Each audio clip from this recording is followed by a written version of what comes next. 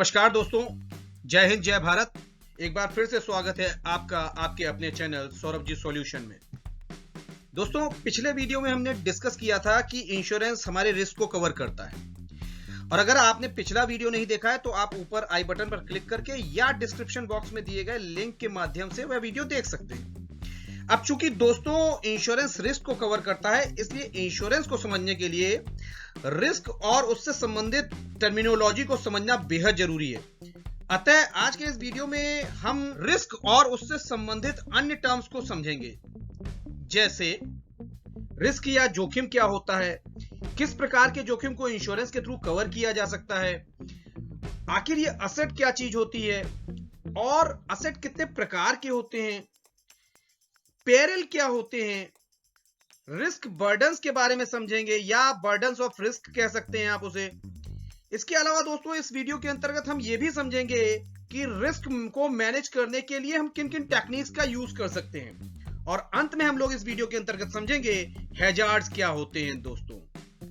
तो चलिए दोस्तों, सबसे पहले बात करते हैं रिस्क या जोखिम के बारे में। आखिर ये रिस्क या जोखिम किसे कहते हैं?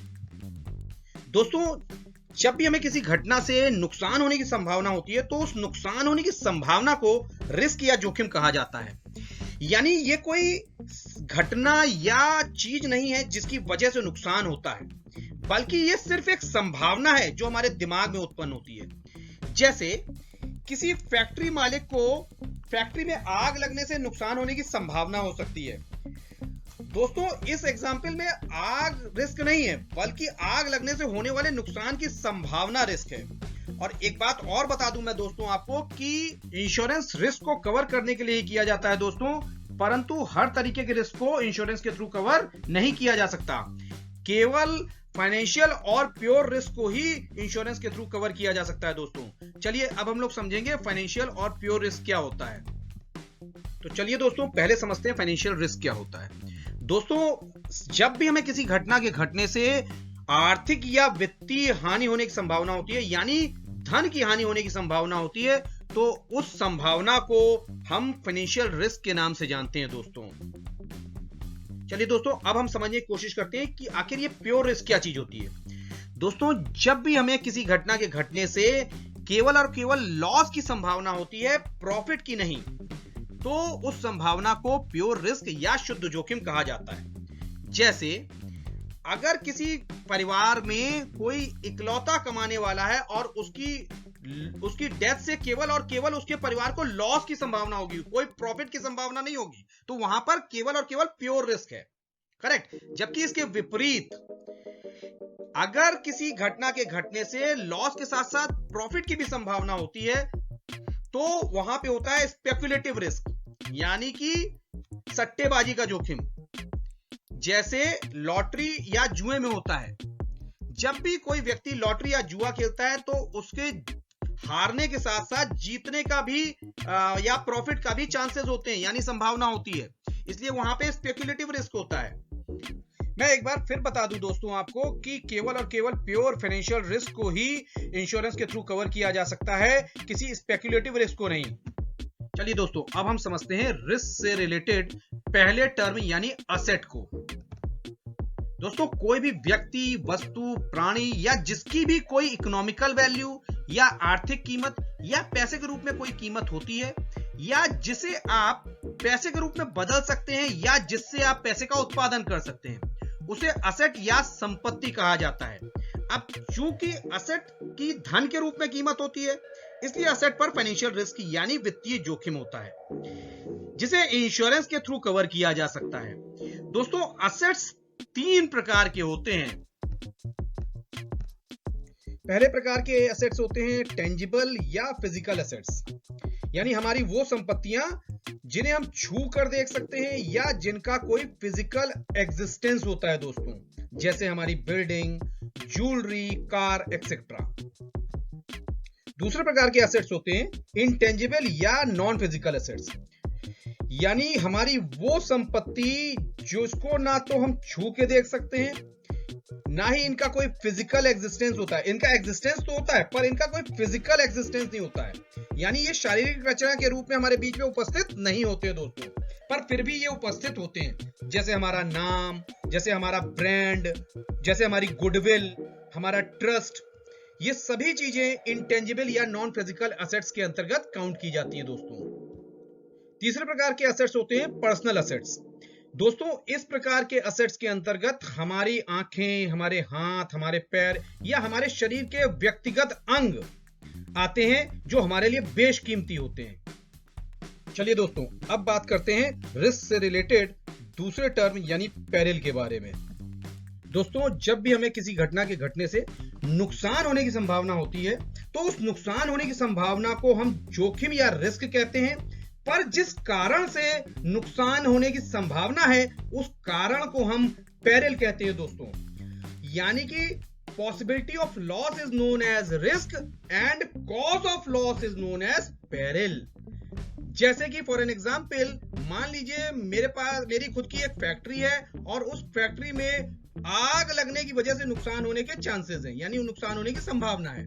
तो जो नुकसान होने की संभावना है उसे कहते हैं जोखिम या रिस्क, पर जिस कारण से नुकसान होने की संभावना है यानी आग लगने से, तो आग लगने को बोलेंगे हम पेरिल। इसी तरीके से जिस कारण से भी नुकसान होने की संभावना होगी, लाइक एक्सीडेंट से नुकसान होने की संभावना हो सकती है, किसी के बीमार पड़ जाने से उसका नुकसान होने की संभावना हो सकती है, ये सभी एक तरीके के पेरिल हुए। इसी तरीके से और भी पेरिल हो सकते हैं, जिस कारण से भी नुकसान होने की संभावना होगी उस कारण को बोलते हैं पेरिल। यानी कि बाढ़ हो सकता है, भूकंप हो सकता है, इस तरीके से और भी बहुत सारे पेरिल्स हो सकते हैं दोस्तों। यहाँ पे एक बात मैं बता देना चाहता हूं दोस्तों आपको कि नेचुरल डिजास्टर्स यानी बाढ़, भूकंप जैसे disasters normal life insurance policy के थ्रू कवर नहीं किए जा सकते हैं। चलिए दोस्तों, अब हम बात करते हैं रिस्क के कारण से उत्पन्न होने वाले बर्डन्स की यानी बोझों की, जिन्हें हम रिस्क बर्डन्स या बर्डन्स ऑफ रिस्क कहते हैं। दोस्तों, किसी पेरिल से संभावित या वास्तविक हानि के कारण उत्पन्न होने वाले मानसिक तनाव या दबाव को रिस्क बर्डन्स या जोखिम बोझ के नाम से जाना जाता है, जो हमारे शारीरिक और मानसिक स्वास्थ्य पर असर डाल सकता है। रिस्क बर्डन दो प्रकार के होते हैं दोस्तों, जिसमें से पहला होता है प्राइमरी बर्डन, जो संभावित घटना के वास्तव में घटित हो जाने के बाद होने वाले एक्चुअल लॉसेस के कारण से उत्पन्न होता है, और दूसरा होता है सेकेंडरी बर्डन, जो संभावित घटना यानी पेरिल के घटने से पहले संभावित लॉसेस के कारण से उत्पन्न होता है। चलिए दोस्तों, अब हम प्राइमरी और सेकेंडरी बर्डन को एक एग्जाम्पल के माध्यम से समझने की कोशिश करते हैं। मान लीजिए कि मेरी एक कपड़े की मिल है, और चूंकि कपड़े की मिल है इसलिए उसमें आग लगने से हानि होने की संभावना है। अब जब तक आग लगेगी नहीं, तब तक आग लगने के डर और संभावना के चलते, चिंता के चलते मेरे मन पे एक बोझ रहेगा, जो एक इमेजिनरी बोझ होगा, क्योंकि अभी आग लगी तो है नहीं, इसलिए वो इमेजिनरी बोझ होगा। ये जो बोझ होगा इसे सेकेंडरी बर्डन कहा जाता है। और मान लीजिए आग लगने से 50 लाख का नुकसान हो जाता है, 50 लाख के कपड़े अपने सब जल के बर्बाद हो जाते हैं सब, तो जो 50 लाख का नुकसान हुआ उसकी वजह से जो बोझ क्रिएट होगा मन पे, जो टेंशन क्रिएट होगी, जो उसे बोलते हैं हम लोग प्राथमिक या प्राइमरी बर्डन। तो ये समझने वाली बात है कि सेकेंडरी बर्डन शुरू से ही क्रिएट हो जाता है और प्राइमरी बर्डन जब एक्चुअल लॉस होता है तब क्रिएट होता है। सेकेंडरी बर्डन तब से ही क्रिएट हो जाता है जब से रिस्क ने जन्म लिया। दोस्तों, मैं एक बार फिर बता दूं आपको कि प्राइमरी बर्डन वो बोझ होता है जो संभावित घटना यानी कि पेरिल के वास्तव में घटित हो जाने पर होने वाले एक्चुअल लॉसेस की वजह से उत्पन्न होने वाले मानसिक तनाव या दबाव की वजह से उत्पन्न होता है। फॉर एन एग्जाम्पल, मेरी फैक्ट्री में आग लग जाने के बाद होने वाले एक्चुअल लॉसेस की वजह से उत्पन्न होने वाले मानसिक तनाव और दबाव को हम प्राइमरी बर्डन कहेंगे दोस्तों। अर्थात प्राइमरी बर्डन पेरिल यानी संभावित घटना के घटित होने पर ही उत्पन्न होगा।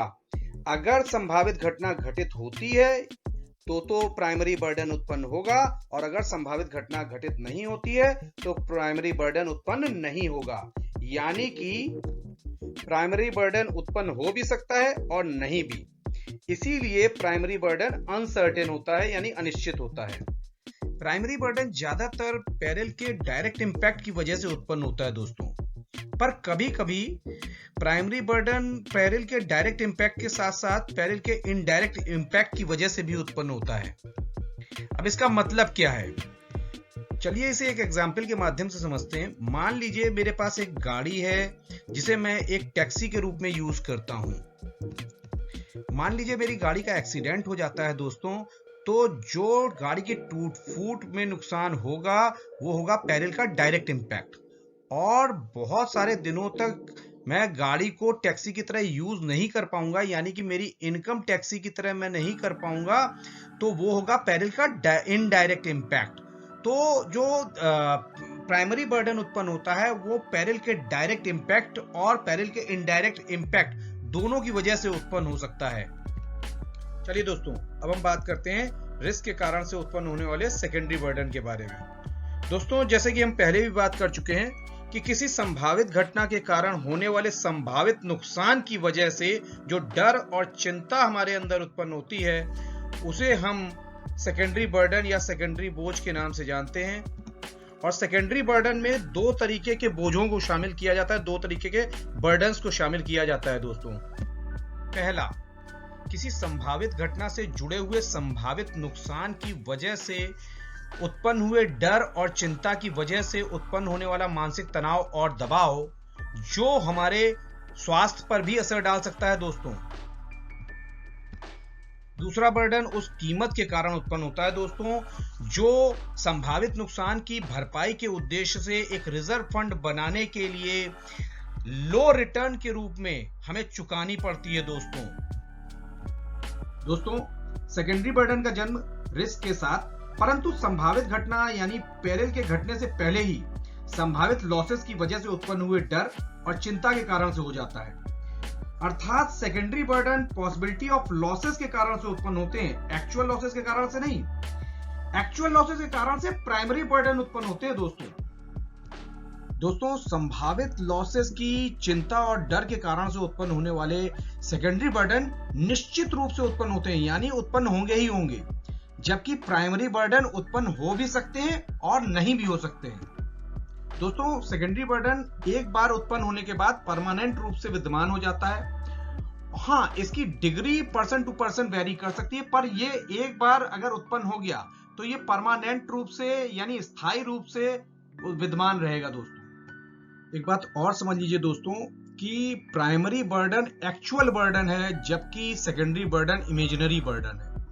इसलिए प्राइमरी बर्डन का रोल ज्यादा इंपॉर्टेंट होता है, यानी ज्यादा इंपॉर्टेंट रोल प्ले करता है, ज्यादा वाइटल होता है प्राइमरी बर्डन सेकेंडरी बर्डन से। एक बात और समझ लीजिए दोस्तों, जब हम अपना बीमा कराते हैं तो हम अपना रिस्क बीमा कंपनी को ट्रांसफर करते हैं, जिसकी वजह से रिस्क से जुड़े हुए दोनों बर्डन यानी प्राइमरी और सेकेंडरी दोनों तरीके के बर्डन भी बीमा कंपनी के पास ट्रांसफर हो जाते हैं और बीमा कंपनी उनका प्रबंधन करती है और हम पूरी तरीके से निश्चिंत हो सकते हैं। चलिए दोस्तों, अब हम सीखेंगे रिस्क मैनेजमेंट की टेक्निक्स। दोस्तों, रिस्क को या तो अवॉइड किया जा सकता है, या फिर उसकी फाइनेंसिंग की जा सकती है, या फिर उसे कंट्रोल किया जा सकता है। अर्थात रिस्क को मैनेज करने के तीन टेक्निक्स हो सकती हैं, रिस्क अवॉइडेंस या रिस्क फाइनेंसिंग या फिर रिस्क कंट्रोल। चलिए अब हम एक एक करके सारी टेक्निक्स को समझते हैं। रिस्क मैनेजमेंट की पहली टेक्निक होती है रिस्क अवॉइडेंस, यानी जोखिम टालना, अर्थात वो काम ही ना करना जिसमें रिस्क हो। जैसे कि मान लीजिए मुझे डर है कि मैं आइसक्रीम खाऊंगा तो मुझे जुकाम हो सकता है, तो मैं आइसक्रीम खाता ही नहीं हूं। मुझे डर है कि बाहर निकलूंगा अगर घर से तो मेरा एक्सीडेंट हो सकता है, तो मैं घर से बाहर ही नहीं निकलता हूं, यानी मैं वो काम ही नहीं कर रहा हूं जिसमें मुझे हानि की संभावना है, यानी रिस्क है। तो इस टेक्निक को बोलते हैं रिस्क अवॉइडेंस। रिस्क मैनेजमेंट की दूसरी टेक्निक होती है रिस्क फाइनेंसिंग, यानी संभावित हानि की भरपाई की व्यवस्था करना। अब दोस्तों, संभावित हानि की भरपाई या तो मैं स्वयं करूंगा या फिर मैं किसी और से करवाऊंगा। अब यदि मैं संभावित हानि की भरपाई की व्यवस्था स्वयं करता हूं, यानी कि रिस्क को अपने पास रिटेन करके उसकी फाइनेंसिंग की व्यवस्था स्वयं करता हूं, तो इस मेथड को रिस्क रिटेंशन या सेल्फ फाइनेंसिंग या सेल्फ इंश्योरेंस के नाम से जाना जाता है दोस्तों। परंतु यदि मैं स्वयं को संभावित हानि की भरपाई में सक्षम नहीं पाता हूं और ये चाहता हूं कि कोई दूसरा संभावित हानि की भरपाई की व्यवस्था कर दे, तो इसके लिए मुझे अपने रिस्क को उस दूसरे के ऊपर ट्रांसफर करना होगा। इसीलिए रिस्क फाइनेंसिंग के इस मेथड को रिस्क ट्रांसफर या ट्रांसफर ऑफ रिस्क कहा जाता है दोस्तों, और इंश्योरेंस में यही मेथड यूज किया जाता है। इस तरीके से देखा जाए तो रिस्क फाइनेंसिंग दो तरीके से की जा सकती है, या तो स्वयं रिस्क को फाइनेंस किया जाए या फिर किसी दूसरे के थ्रू रिस्क को फाइनेंसिंग कराई जाए। रिस्क को मैनेज करने की तीसरी टेक्निक होती है रिस्क कंट्रोल। जी हाँ दोस्तों, रिस्क को कंट्रोल भी किया जा सकता है। अब रिस्क को कंट्रोल करने के लिए हमें दो तरीके के उपाय करने पड़ते हैं। पहला, घटना घटने के चांसेस को कम करने के लिए, जिन्हें हम लॉस प्रिवेंशन या हानि रोकथाम के नाम से जानते हैं। फॉर एन एग्जाम्पल, मान लीजिए मैं कहीं गाड़ी से जाता हूं तो मुझे एक्सीडेंट का खतरा होता है। अब मैं एक्सीडेंट के चांसेस को कम कर सकता हूं गाड़ी को धीमे चला करके, और गाड़ी की सर्विस समय समय पे करा करके एक्सीडेंट के चांसेस को कम कर सकता हूं। तो जब भी हम घटना के घटने के चांसेस को कम करने के लिए कोई अगर उपाय करते हैं तो उन्हें हम लॉस प्रिवेंशन या हानि रोकथाम के नाम से जानते हैं दोस्तों। दूसरे, हम कुछ ऐसे उपाय भी कर सकते हैं दोस्तों जिससे कि लॉस की डिग्री को कम किया जा सके। यानी कुछ हम ऐसे उपाय भी कर सकते हैं कि अगर घटना हमारे साथ घटित भी होती है तो हमें लॉस कम से कम हो। ऐसे उपायों को लॉस रिडक्शन या हानि कम करना कहते हैं दोस्तों। जैसे फॉर एन एग्जाम्पल, हम जब बाइक चलाते हैं तो हम हेलमेट पहन करके बाइक चला सकते हैं। तो हेलमेट पहन के बाइक चलाने से अगर एक्सीडेंट होगा भी हमारा तो नुकसान या चोट हमें कम से कम आएगी। इसी तरीके से जब हम कार चलाते हैं तो हम सीट बेल्ट पहन करके कार चला सकते हैं, जिससे कि अगर नुकसान होता है, एक्सीडेंट होता है, तो हमें नुकसान कम से कम होगा। इस तरीके से देखा जाए दोस्तों तो रिस्क को कंट्रोल करने के लिए हम कुछ ऐसे उपाय करते हैं जिससे कि रिस्क के अवसरों को कम किया जा सके, यानी रिस्क के चांसेस को कम किया जा सके, जिन्हें लॉस प्रिवेंशन कहते हैं। और कुछ ऐसे उपाय भी कर सकते हैं जिससे कि लॉस की मात्रा को कम किया जा सके। ऐसे उपायों को हम लोग लॉस रिडक्शन के नाम से जानते हैं दोस्तों। चलिए दोस्तों, अब हम बात करते हैं रिस्क या जोखिम के अवसरों को बढ़ाने वाले टर्म हैजार्ड्स की, यानी खतरों की। दोस्तों, इन्हें खतरे इसलिए कहा जाता है क्योंकि ये जोखिम या हानि की संभावना के अवसरों को बढ़ा देते हैं, यानी जोखिम के लिए खतरे का काम करते हैं। दोस्तों, कुछ दशाएं, कुछ स्थितियां या फैक्टर्स ऐसे होते हैं जो पेरिल के अवसरों को बढ़ाकर होने वाली हानि की संभावना के अवसरों को बढ़ा देते हैं। इन दशाओं, स्थितियों या फैक्टर्स को ही हैजार्ड कहा जाता है दोस्तों। यानी जो दशाएं, स्थितियां या फैक्टर्स हानि की संभावना के अवसरों को बढ़ा देती हैं, उन्हें हम हैजार्ड कहते हैं। इस तरीके से हैजार्ड तीन प्रकार के हो सकते हैं दोस्तों। सबसे पहले बात करते हैं फिजिकल या हेल्थ हैजार्ड के बारे में। वे दशाएं, स्थितियां या फैक्टर्स जो किसी व्यक्ति के स्वास्थ्य पर बुरा असर डालकर उसके स्वास्थ्य खराब होने की संभावना के अवसरों को बढ़ा देते हैं, उन्हें फिजिकल या हेल्थ हैजार्ड कहते हैं दोस्तों। जैसे यदि कोई व्यक्ति एक्सरे मशीन पर काम करता है तो एक्सरे मशीन से निकलने वाली किरणें या रेज उसके स्वास्थ्य पर बुरा असर डालकर उसके स्वास्थ्य के खराब होने की संभावना के अवसरों को बढ़ा देती है। अतः एक्सरे मशीन पर काम करने की स्थिति या दशा फिजिकल हैजार्ड या हेल्थ हैजार्ड कहलाएगी दोस्तों। अब बात करते हैं एक्सीडेंटल हैजार्ड की। दोस्तों, वे दशाएं, स्थितियां या फैक्टर्स जो एक्सीडेंट्स के अवसरों को बढ़ाकर उससे होने वाली हानि की संभावना के अवसरों को बढ़ा देती हैं, उन्हें एक्सीडेंटल हैजार्ड या दुर्घटनाजन्य खतरा कहते हैं। जैसे यदि किसी व्यक्ति को माउंटेनियरिंग अर्थात पर्वतारोहण या घुड़सवारी का शौक है तो उसके एक्सीडेंट से हानि की संभावना के अवसर बढ़ जाते हैं। अतः माउंटेनियरिंग या घुड़सवारी की स्थिति एक्सीडेंटल हैजार्ड कहलाती है दोस्तों। तीसरे तरीके का हैजार्ड होता है मॉरल हैजार्ड या नैतिक खतरा।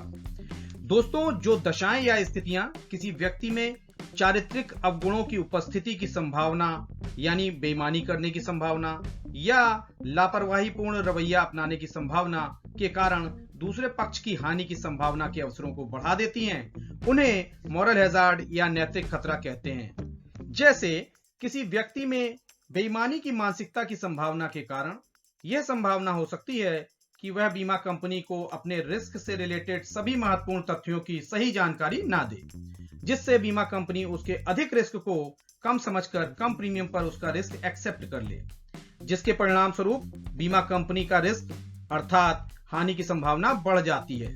इसी प्रकार से किसी व्यक्ति में लापरवाही की मानसिकता की उपस्थिति की संभावना के कारण यह संभावना हो सकती है कि वह बीमा कराने के बाद बीमा की विषय वस्तु के प्रति लापरवाही दिखाए, क्योंकि अब हानि की भरपाई बीमा कंपनी को करनी है। जैसे कोई व्यक्ति अपनी गाड़ी का बीमा कराने के बाद उसे लॉक ना करके खुला छोड़कर लापरवाही दिखा सकता है, जिससे बीमा कंपनी के हानि की संभावना के अवसर बढ़ जाते हैं। दोस्तों, मॉरल हैजार्ड या नैतिक खतरे का एक और रूप या वेरिएंट होता है, जिसे मोराले हैजार्ड या नैतिकता का खतरा कहते हैं। परंतु इस मोराले हैजार्ड की स्पेलिंग MORALE होती है, यानी एक ई और लगा होता है। चलिए दोस्तों, अब इस मोराले हैजार्ड या नैतिकता के खतरे को समझते हैं। दोस्तों, कुछ दशाएं या स्थितियां ऐसी हो सकती हैं जो किसी व्यक्ति के बीमा कराने के बाद बीमा का अधिक से अधिक फायदा उठाने के लिए उसके व्यवहार में बदलाव आने की संभावना के अवसरों को बढ़ाकर बीमा कंपनी की हानि की संभावना के अवसरों को बढ़ा देती हैं।